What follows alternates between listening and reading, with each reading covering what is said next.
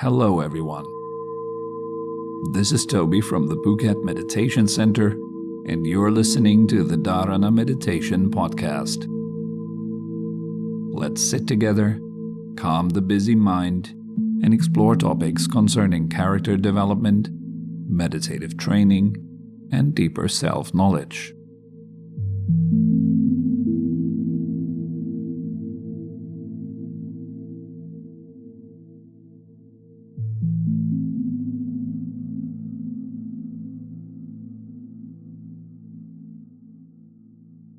So we start by sitting upright. Suspend the head from above.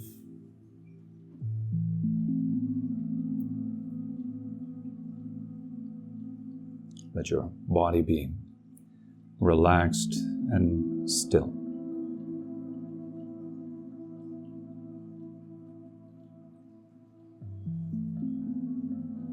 Breathing in a way that feels nice, that feels comfortable. Giving space to this moment and yourself, allowing it to be just as it is.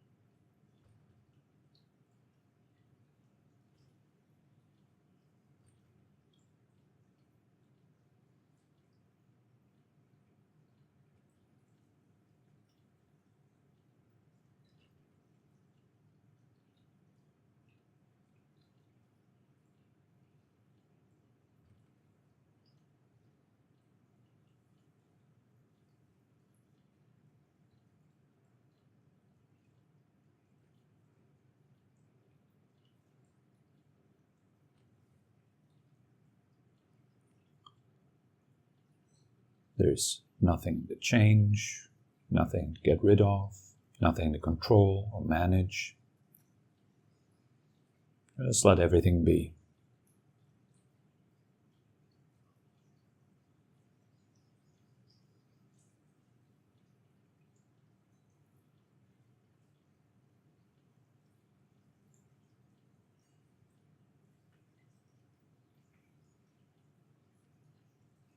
It was perfectly enough to just sit still and breathe comfortably for the body and the mind to settle down.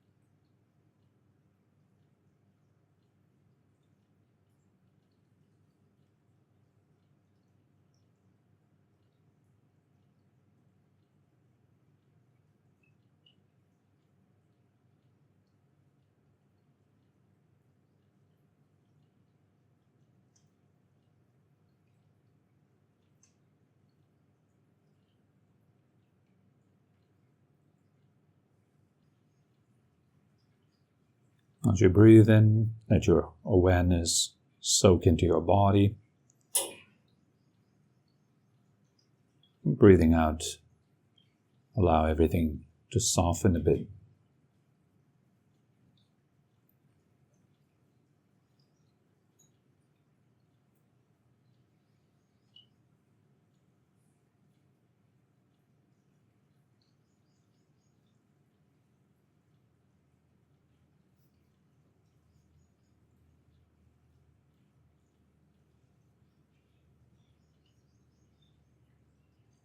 Notice how relaxation is not something that you do. It's something that happens as a result of becoming aware, recognizing tension,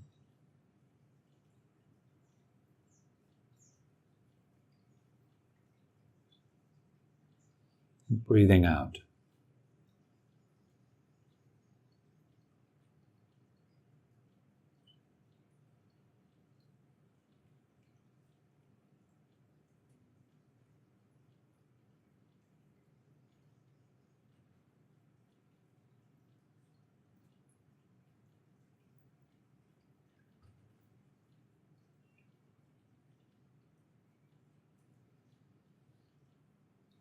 What you do is basically the same thing that you do while you're falling asleep, which is nothing.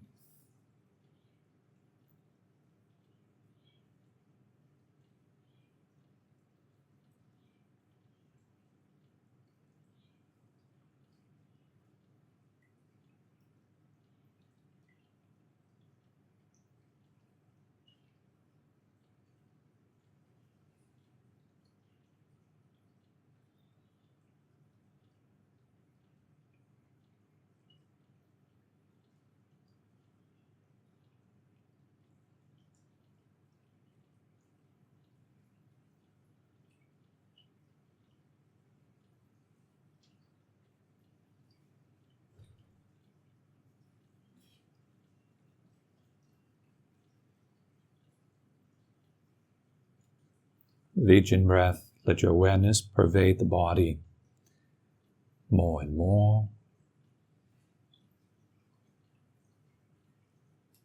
And with each out-breath, notice the softening, the releasing, settling.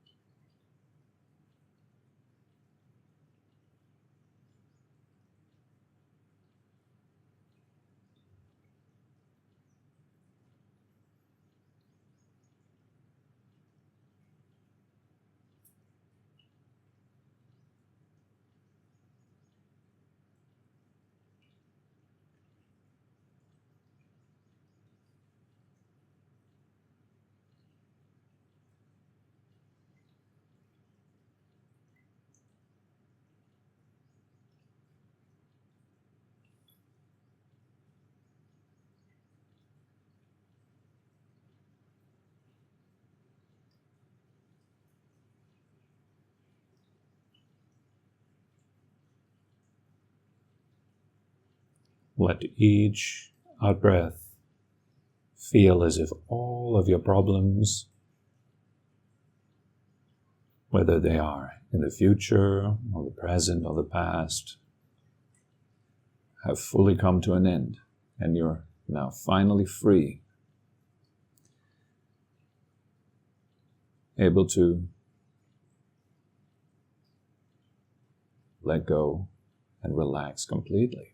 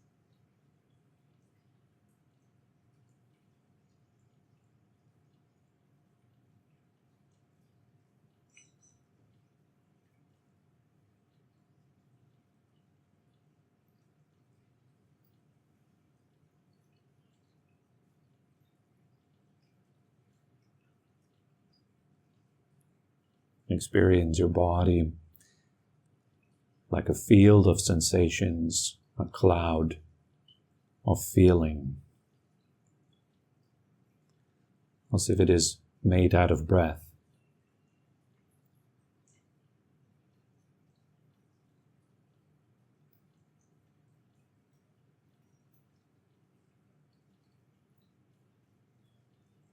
Softening more and more with each out-breath.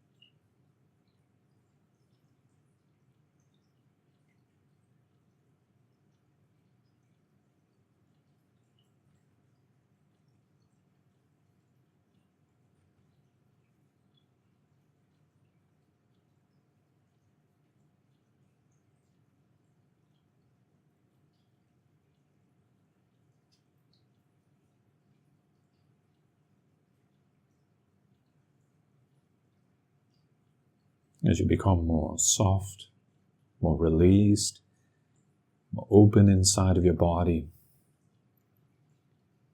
it also becomes more pleasant.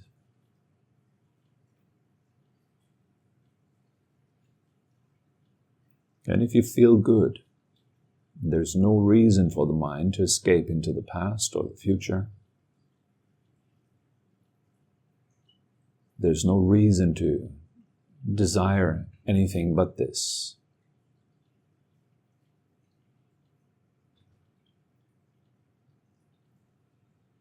So we naturally come into the second stage, present moment awareness, simply just being here, knowing what is happening while it is happening,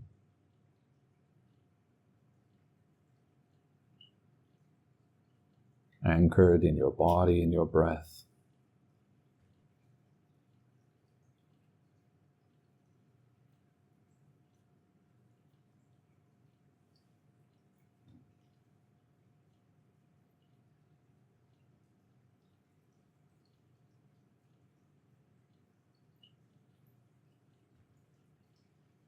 Releasing everything that is not now, not here, not in this second.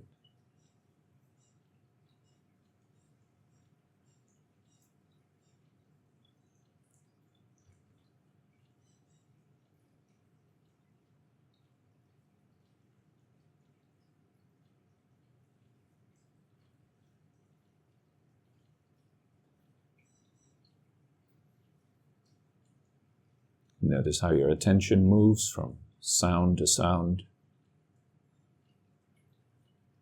from sounds to feelings,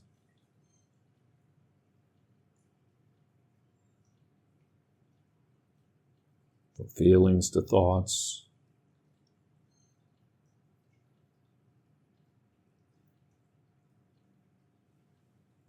from words to images.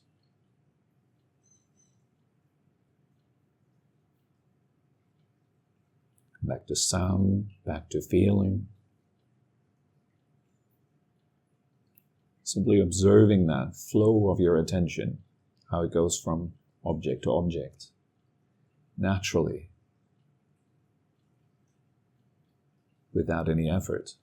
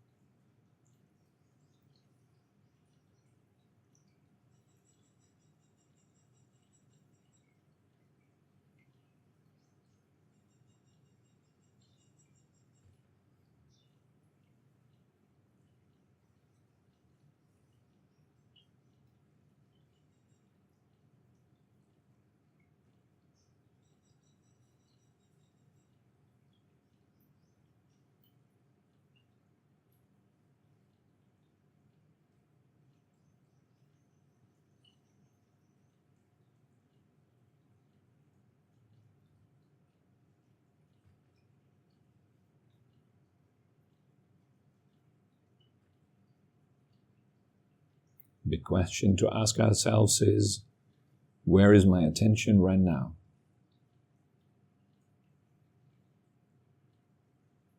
What am I experiencing right now? In this second.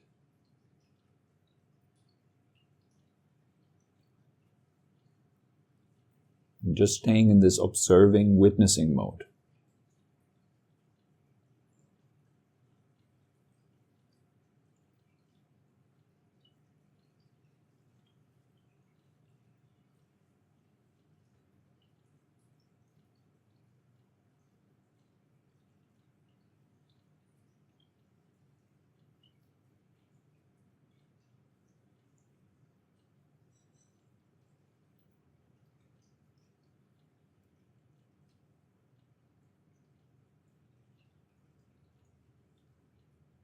The error at this stage would be to get carried away by your thoughts, to get lost in them, to lose your awareness.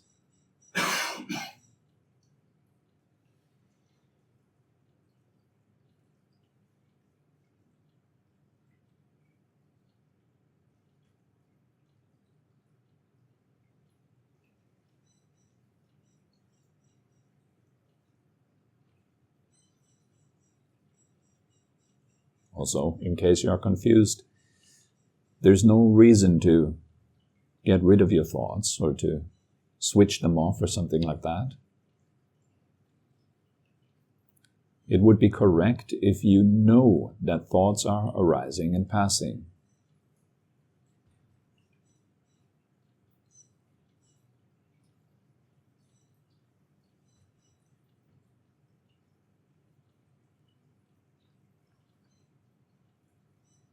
There's no need to manage them.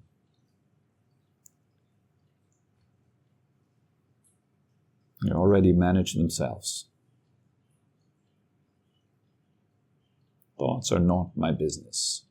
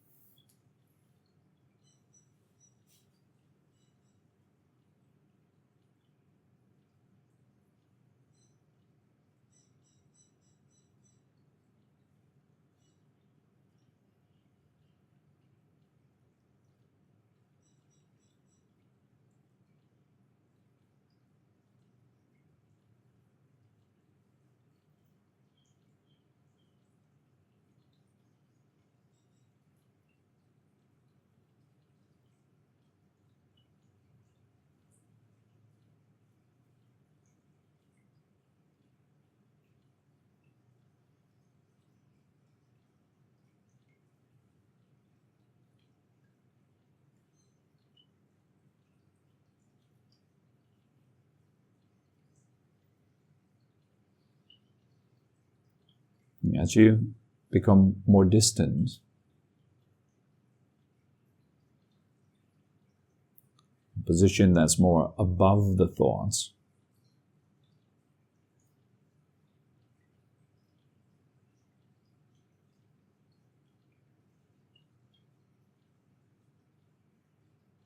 and thoughts become less interesting.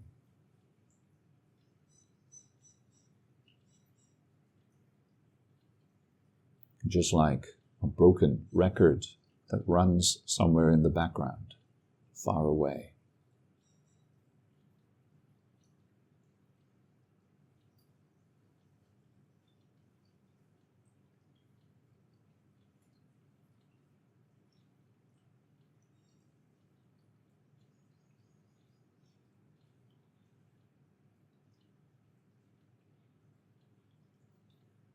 Become more detached from this thinking process.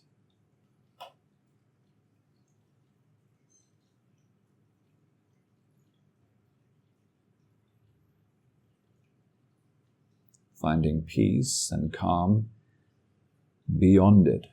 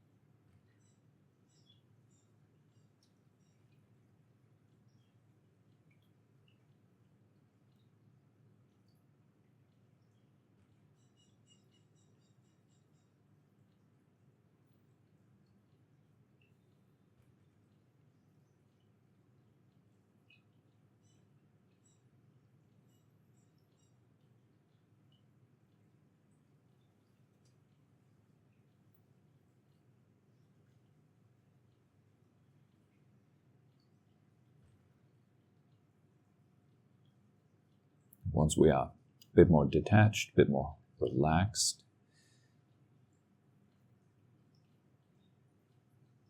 less interested in our thoughts, then it's a good time to begin with classic breathing meditation, mindfulness of breathing.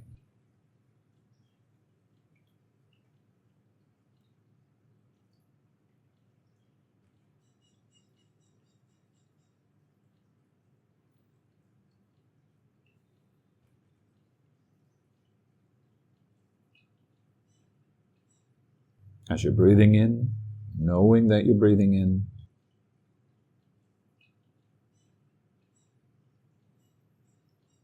breathing out, knowing that you're breathing out.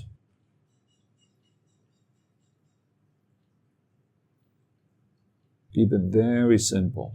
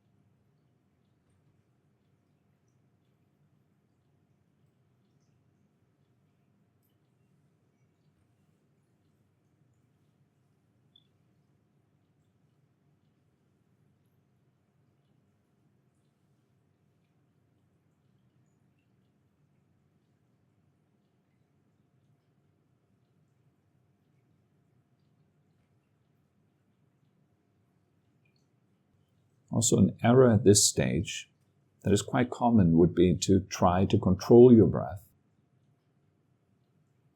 to manage it, or try to block out anything that happens around you.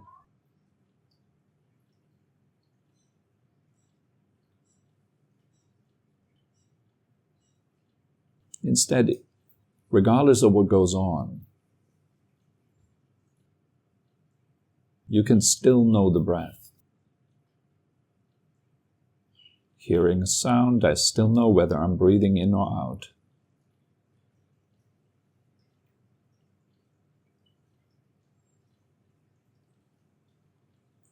Becoming aware of thoughts passing through, I still know whether I'm breathing in or out.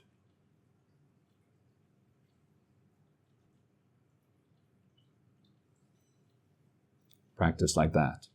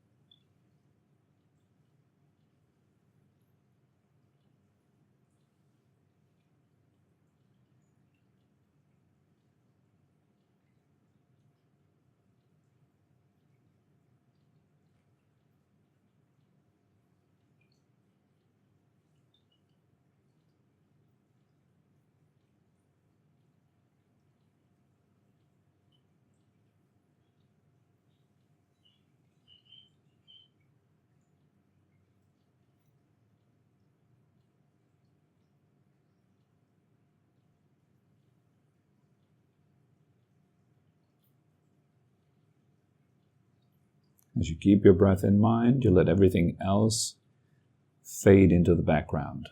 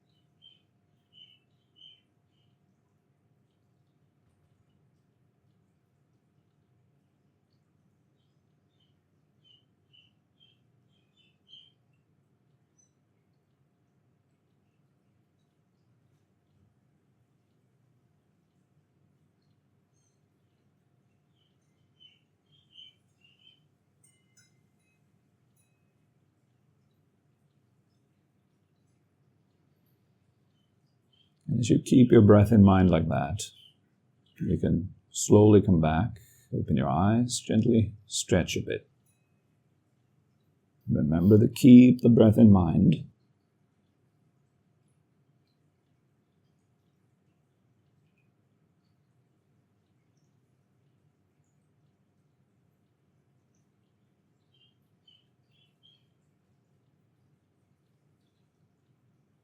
Good morning, everyone.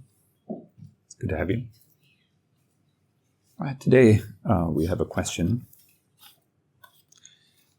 from one of the students. So Michael, he asks, we talked about how happiness is revealed in the absence of suffering. When we talk about it in our sessions and I focus on it, it makes sense to me. But it is always difficult for me when I'm left on my own again. He said that clinging to the wrong things is the problem, e.g., relationships, holidays, material things, etc. And that we seek salvation in impermanent things. With this knowledge, how do I deal with the people and things that I encounter in my life? Does it make sense to still have goals? Goals such as a good relationship or a comfortable home mean that the suffering increases again when they disappear or I lose them. The suffering tends to increase the more pleasant and beautiful our achievements are when they finally disappear. How do I classify these things, and what is a good way of dealing with my goals and wishes? All right. Perhaps one of the most common questions I keep getting in many variations and forms. So when people are first learning about suffering, and they begin to understand it a little bit, then they understand that things in this life that we usually pursue are unreliable. They're not actually giving us true happiness.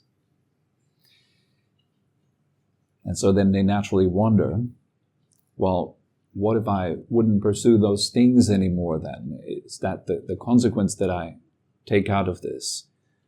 Since it seems that the pursuit of things is the problem to give ourselves happiness, then should I not pursue things anymore? Should I not pursue relationships? I don't know, food, sleep, since this is all giving me some sort of relief and pleasure. So should I just all drop it?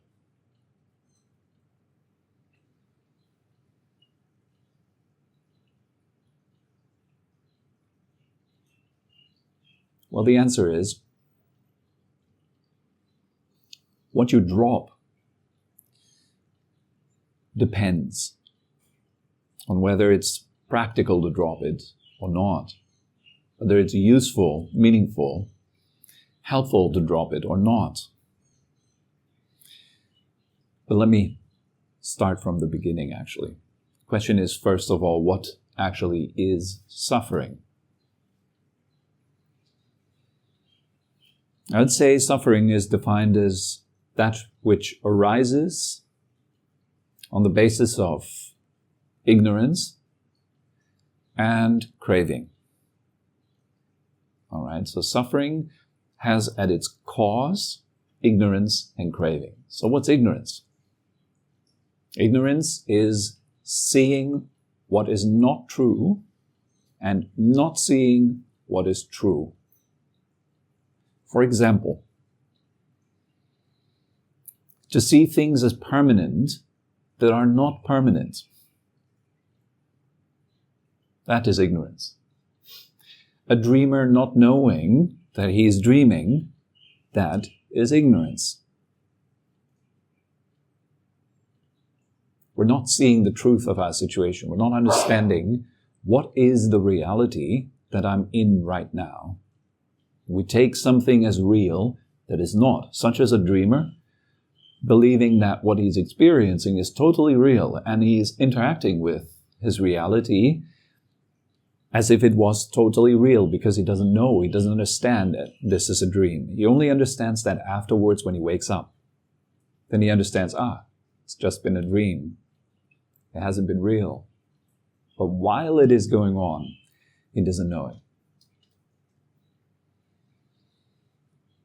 Ignorance is, for example, also assuming that things do not work based on cause and result. Instead, we believe that things work because of me, an ego, a self. That is an example of ignorance as well. We believe that it is not due to the arising and passing of intentions, desires, and so on that things are pursued, but it is due to me pursuing those things. The belief that the body is owned by me is another example of ignorance. That I am the owner of cells, atoms, energy. These are a bit more deep. Nonetheless, there are good examples for ignorance. Not seeing the way things are. For example, another example would be experiencing birth and death as distinctly different things that have nothing to do with one another. So one thing we celebrate, the other thing we despise. It's another classic one. Celebrate our birthdays every year. It's like kind of celebrating rotten food and then complaining when we get food poisoning. Same thing. Death only exists because of birth. How can we separate them? But we still do. Why? Because we don't know. We don't understand. Another one is to understand that our suffering and our stress arises due to our actions, due to exactly the things we pursue in our life. We suffer the consequence of those decisions. And instead of acknowledging that, we like to blame other things or other people for our own stress.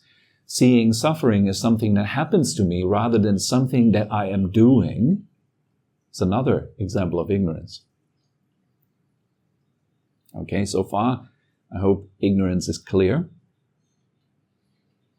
What is craving? Because that's the other cause of suffering. Craving is wanting what is not and not wanting what is.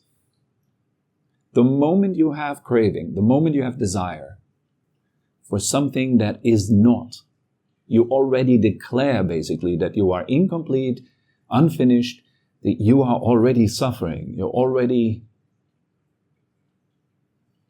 unsatisfied. Every time you're satisfied, all wanting is gone. So for example, if you have a nice evening with your friends, you look at your watch. I've just discussed that yesterday with a friend. He said, I look at my watch and it's 8:45.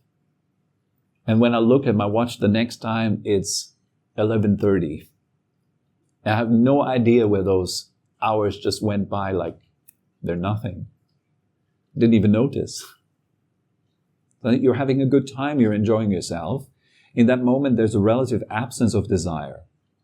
So I would say, happiness is the absence of desire. It's not the acquiring of things. Another example of ignorance, for the ordinary untrained person, happiness is the acquiring of things or the getting rid of things. To a well-trained, wise person, that is clearly seen as not true. Happiness is not something that you can add on to yourself. Happiness arises when your desire stops. But our ignorance suggests otherwise. It says, well, I'm happy because my package that I ordered on Amazon or Lazada or something like that has just arrived. So that's why I'm happy. We blame the package for our happiness. Instead of clearly seeing that I'm feeling happy because the waiting has ended. The desire has stopped. That's why I feel good. That's always the reason why we feel good, by the way. You never feel good because you just added something. You feel good because stress has just ended. That's why you feel good.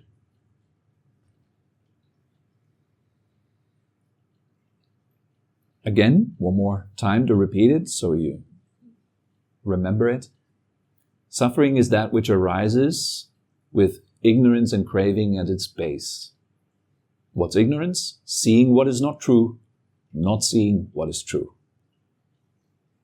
What is craving? Wanting what is not, and not wanting what is. I'm aware these are not classical definitions as you would find them in the classic texts, but I find them practical. I find them easy to integrate in my practice. Because every time I see I'm wanting something that is not, I already understand I'm already stressed. I'm already not at ease anymore. The moment you want something, that moment suffering has already begun. So back to the question now, he wonders. So, since wanting something is the cause of happiness, should I then not want anything? That's a very common confusion. It's a variation of that question. Should I then stop wanting? No, that's exactly the same. It's the same problem. Wanting or not wanting are both the problem. So if you now say, well, I shouldn't want anything, you're just falling to the other extreme. That's why the Buddha's teaching are often called, the middle path, which is beyond extremes, beyond left and right. But since very often our mind operates in this dualistic manner, we feel, since this is the problem, then the other side must be the solution.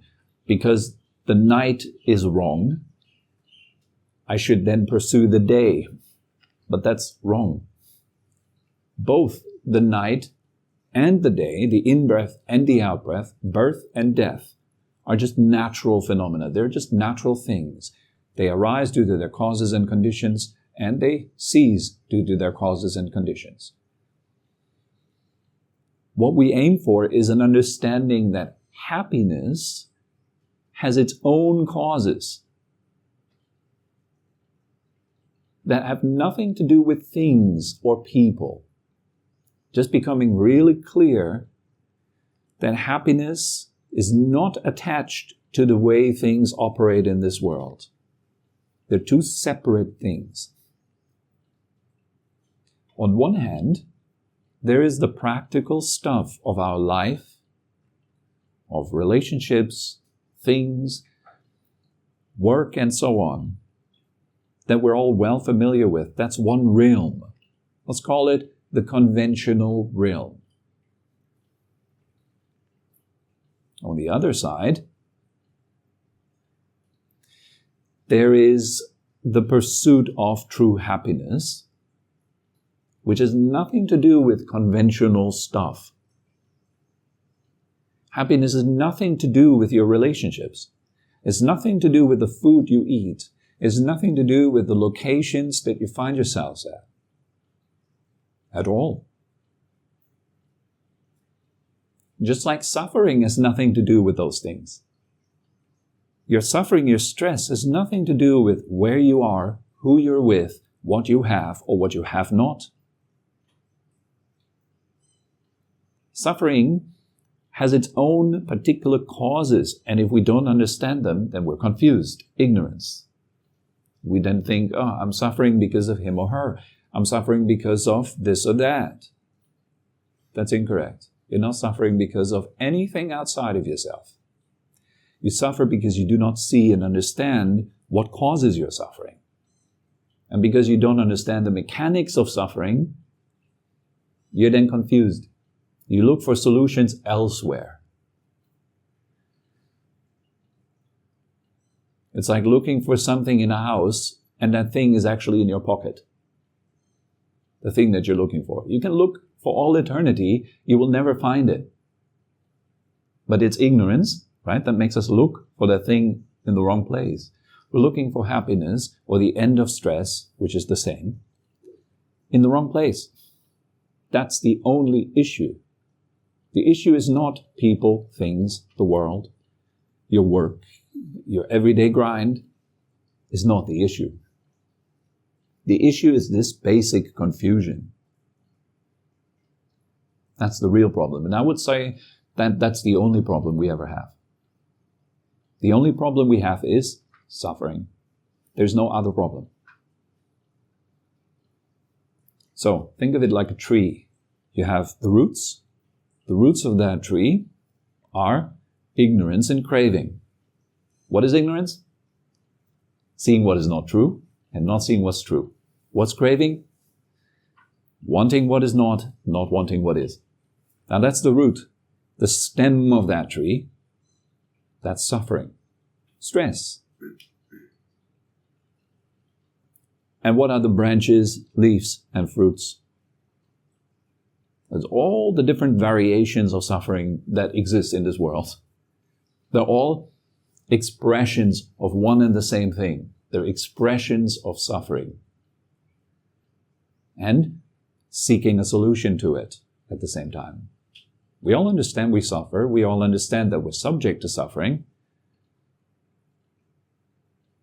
On some level, we all understand that we're all quite fragile, that it doesn't take much for us to break down and crumble to dust. We all understand that. At least sometimes. So we all try to find a solution to it. But we're looking for that solution in the wrong place. That's the fundamental problem. That solution is not out there. It's not in the pursuit of things or relationships or the end of relationships. It's inside. That's all I am ever saying and pointing to.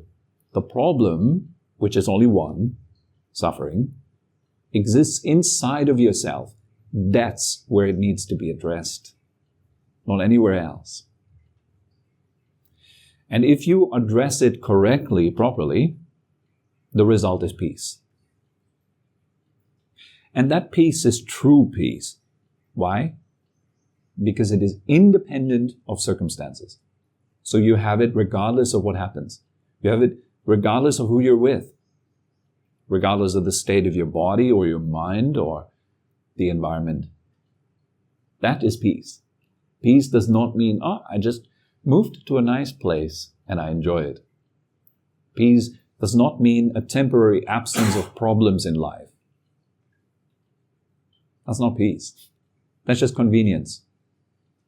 We all experience convenience sometimes.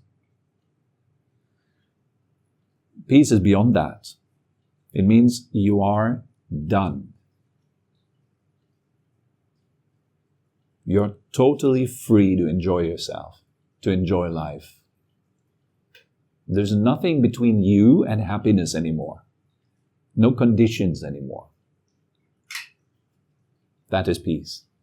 All desire has ended.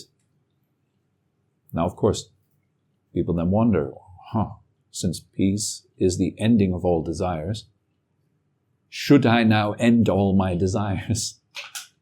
No, that's the wrong conclusion.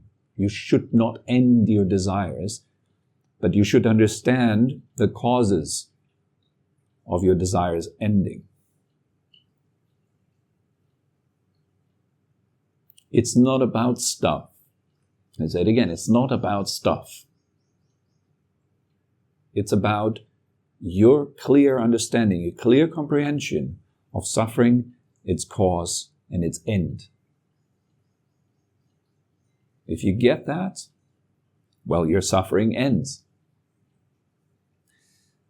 Now, that's good news, I would say. If you're in a relationship, let's say, then if your suffering ends, that's good for the both of you. There's one person less in the house that is on fire. That's good. You're now cool. You're not heating up anymore. You're not triggerable. You're not a robot. So if your buttons that previously could be pushed, now they don't function anymore. You just do not heat up anymore.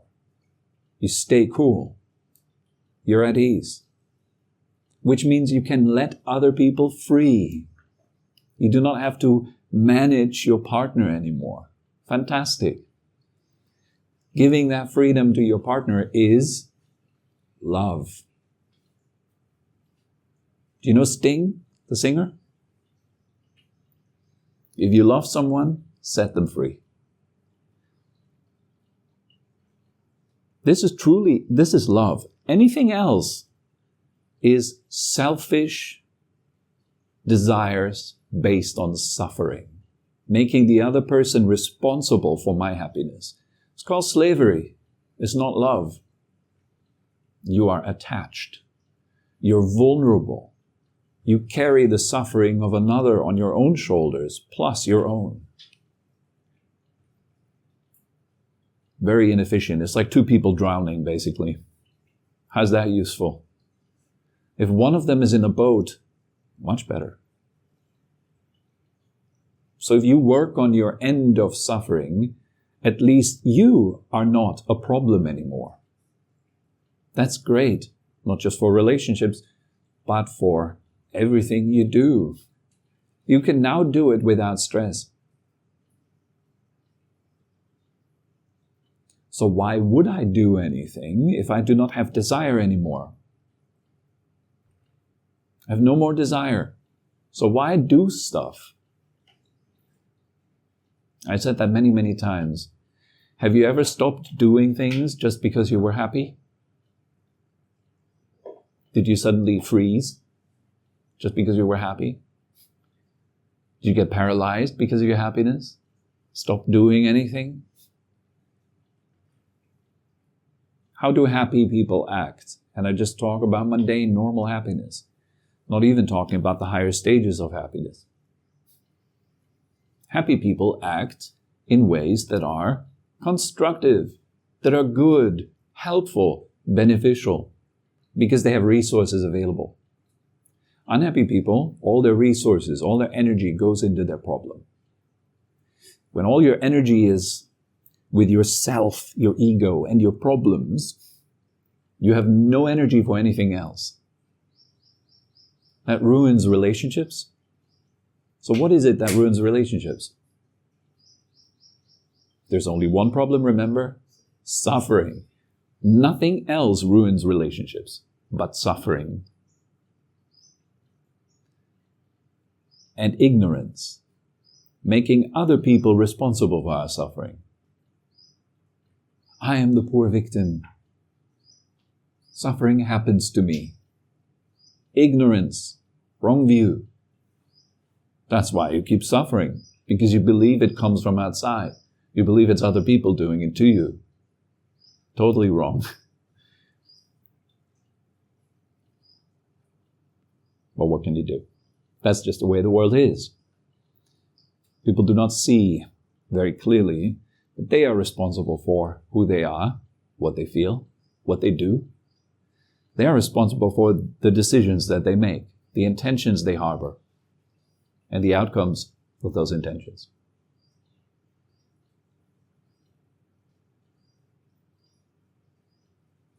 Some people say ignorance is bliss.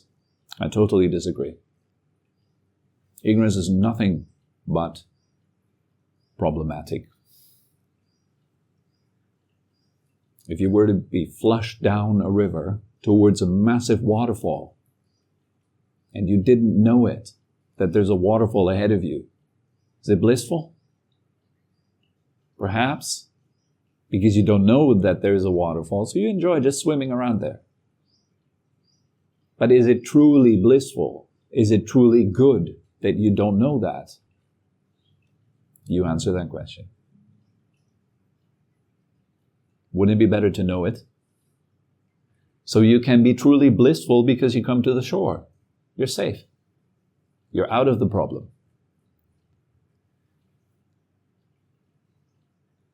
Okay. So this question, I get it so many times, trying to explain it in so many different ways, but essentially, it's not about who you're with, what you do, and so on. It's simply about you not being stressed anymore. Well, I put it in simple terms that everyone can understand.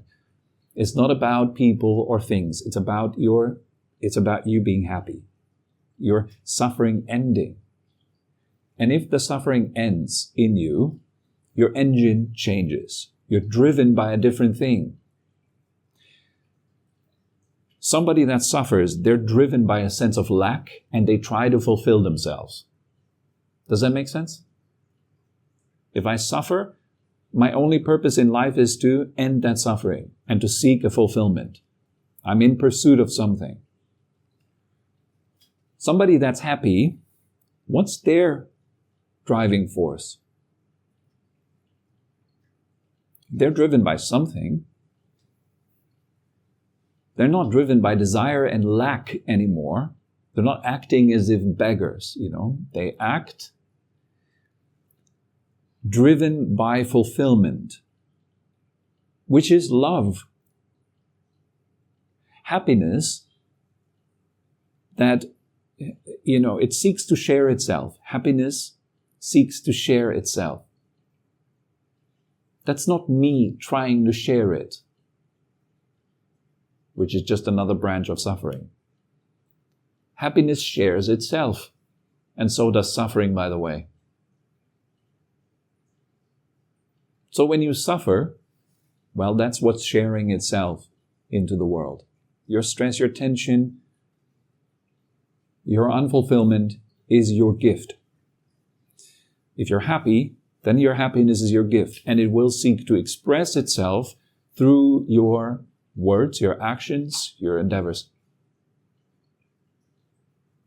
You won't stop acting if you're happy.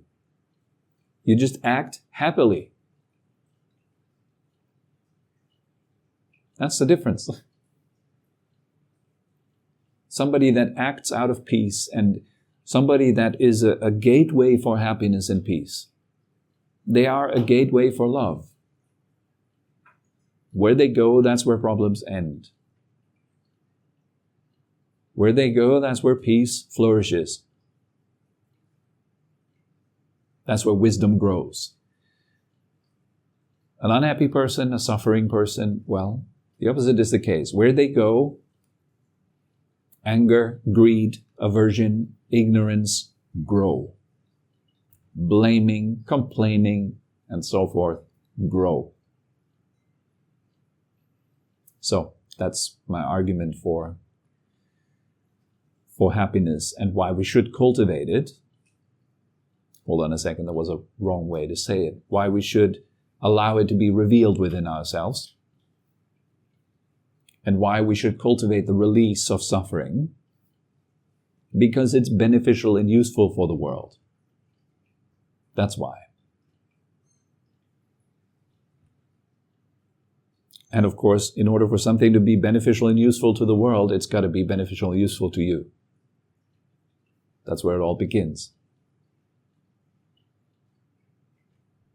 The light of the sun is beneficial to all of us, and especially to the sun, because the sun is the root of it. It's closest to its own light. In the same way, if you are closest to love, if you're closest to good, it will shine forth from your presence and benefit everyone around you. Through your actions, through your words, through your presence alone. Okay. I think that's good enough for today. Are there any questions? Okay, thanks. I seem to understand that practice doesn't necessarily lead to inaction, but there are different ways of action. One that comes from like the craving of feeling a void, and one that comes from like the abundance of like, happiness, as we said. Is that correct reconstruction? I didn't hear the last sentence. So the different ways of acting in the world. One which comes from like a craving of feeling a void, let's say. Mm-hmm. One that comes from the abundance of happiness. Yes. I think the problem is that I don't think that many of us, or at least me, are like in the state of happiness most of the time. But it's not enough to like fulfill our duties in the world. Yes. And what do you think about what probably a traditional answer to this question, which is focusing on, let's say, duty or responsibilities as a sort of automatic, let's say, set of actions that we do, rather than something that we decide on the spot based on our motivation to do or not. I don't know if I clarified. Like a lot of traditions say focus on the Stoics, focus on duty. monastic traditions have obedience as a central, let's say, tenet. Mm-hmm. And it seems to me that at least in these cases, we don't rely so much on what we want, but simply have like a discipline that we practice every day. Mm-hmm. Is that, in your opinion, an alternative to like acting based on craving and ignorance? Or how do you, Very good point, yeah. Okay, so that's why on this path we have 3 facets of training. The first one being your behavior, following rules. Thanks, bye. Following rules. Following a set of principles and code that is useful.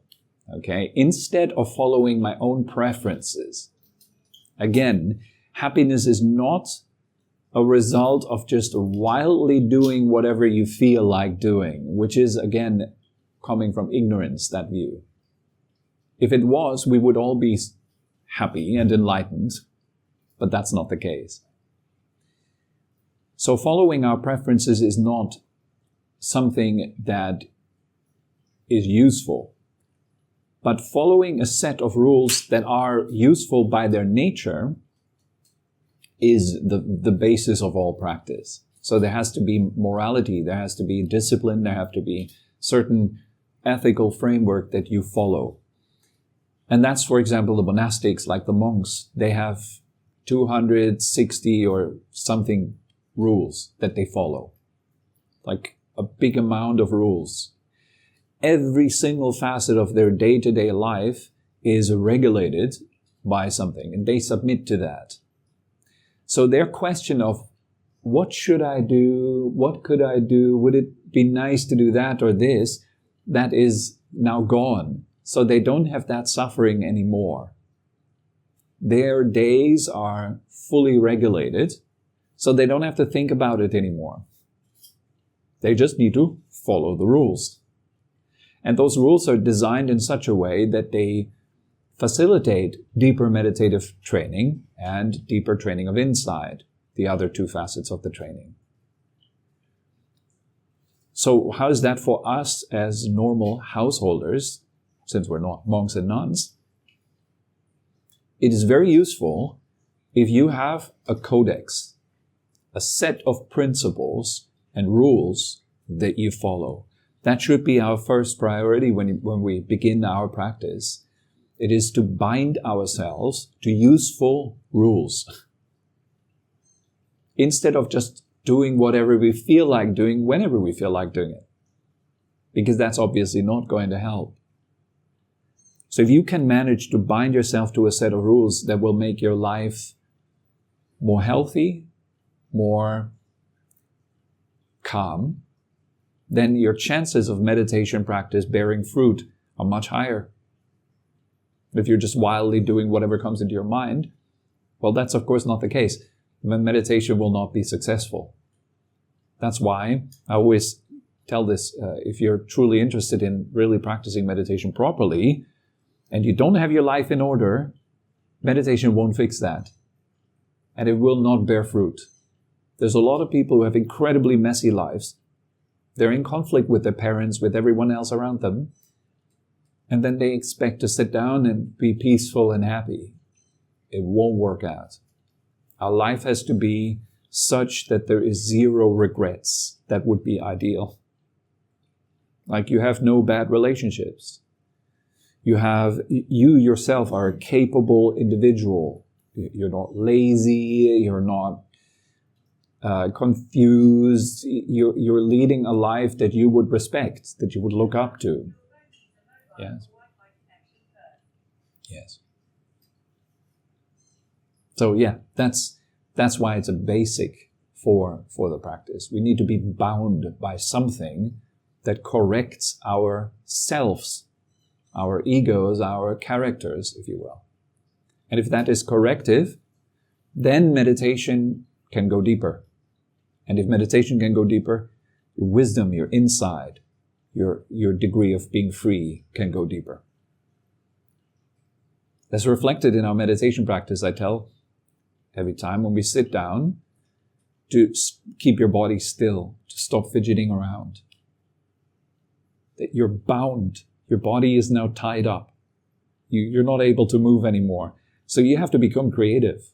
You have to understand how to let it go. Every time if you react to your body, you are a slave of your body. How can you go beyond your body and your mind if you're constantly stuck inside of your body and being uncomfortable with it all the time? So that's an example. Not being bound. Has to begin with being bound. We need to bind ourselves to the right thing. If you're drifting in a river and you're drifting towards the waterfall, how do you get out? You get out by using the water. But you need to use it in a very specific way to get out. That's the codex. Yeah. Did that answer the question? Yeah. All right. Yeah. Good. Yes. The codex is the same for every person? It could be if you are training, for example, in the Buddhist tradition. Yeah, it's the same for every person. For example, the 5 basic precepts, but you can add on to it. You can develop your own personal set of rules, which are very specific for you, dealing with your own set of problems. Yeah. Natural ethics, for example, if you want to get really good at meditation, you will begin to observe your daily actions and you will adjust them and then see how they reflect in your meditation practice. If you get deeper, then it's working out. So it's like a trial and error kind of thing. And so that's what I usually personally prefer, rather than following just a set of static rules and hoping that it will work out. If you're truly desiring the results of meditation practice, you will adjust your conduct accordingly. Yeah.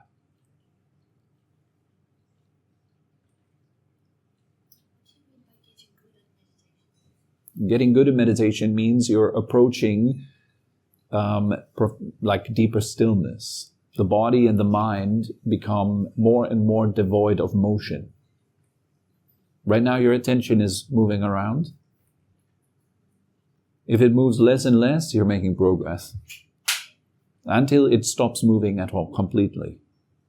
And everything becomes very still. There's various signs as you progress in your meditation that give you kind of like little milestones that will tell you whether you're getting better or not. But yeah, the goal of meditation is, in one word, stillness. Are you still in your body? Are you still in your mind? And then, do you find stillness beyond the body and mind? That is the goal. Yeah. Sorry. No, go ahead. I heard somebody describe the commitment a bodhisattva makes to the end of all suffering for all people, being a state of, like you're explaining, complete clarity and freedom from that suffering. I guess the question is that's acknowledgement of all suffering within everyone, within themselves, as something that exists. Then isn't it normal to live? So does that mean it's normal to live with suffering in every aspect of life, including your own, so that you can then be there for everyone around you? Yeah, it's more like you realize it's just about suffering. It doesn't matter where suffering resides. Your suffering, my suffering, doesn't matter. It's like two waves in the ocean. I'm saying my water and your water. The point is just deal with the water. It's the water. It's everywhere. Yes. So for a bodhisattva, there is this recognition, perhaps in the beginning, it's very dualistic. It's my suffering, their suffering. And very often the understanding of suffering is very superficial for a lot of people, those that call themselves bodhisattvas in a way. It's their understanding of suffering very very superficial. The more deep your understanding of suffering, the more accurate it is. The more you will see that it's just about that. Whether it's in me or in you plays absolutely zero roles. It's just to end that. It's a fervent desire to end suffering. The place of it doesn't matter. How many beings it affects doesn't matter. Like that, I would have struggled with that idea previously. I was like, oh, how many beings are there? Do I need to solve all their problems? What does a bodhisattva do? Do they aspire to try to get every living being to enlightenment? Well, how many living beings are there? Is there an end to living beings? If there's no end, would this endeavor still matter? The point is the complete ending and eradication of suffering regardless of the beings. We don't connect the living beings with the suffering and separate them based on their suffering and then my suffering and so on. I think it's more helpful to think of it that way. Just deal with the issue, which is suffering. And whenever wisdom and compassion and calm encounter suffering, they will act skillfully. And that skillful action helps that suffering to be alleviated in a way. That's the way it works. It's not when Tobi encounters, what's your name? Daniel. When Tobi encounters Daniel, then Tobi addresses Daniel's suffering. There is perhaps, not in my case, but ideally, there is wisdom encountering suffering. Something like that. Yeah, not personal.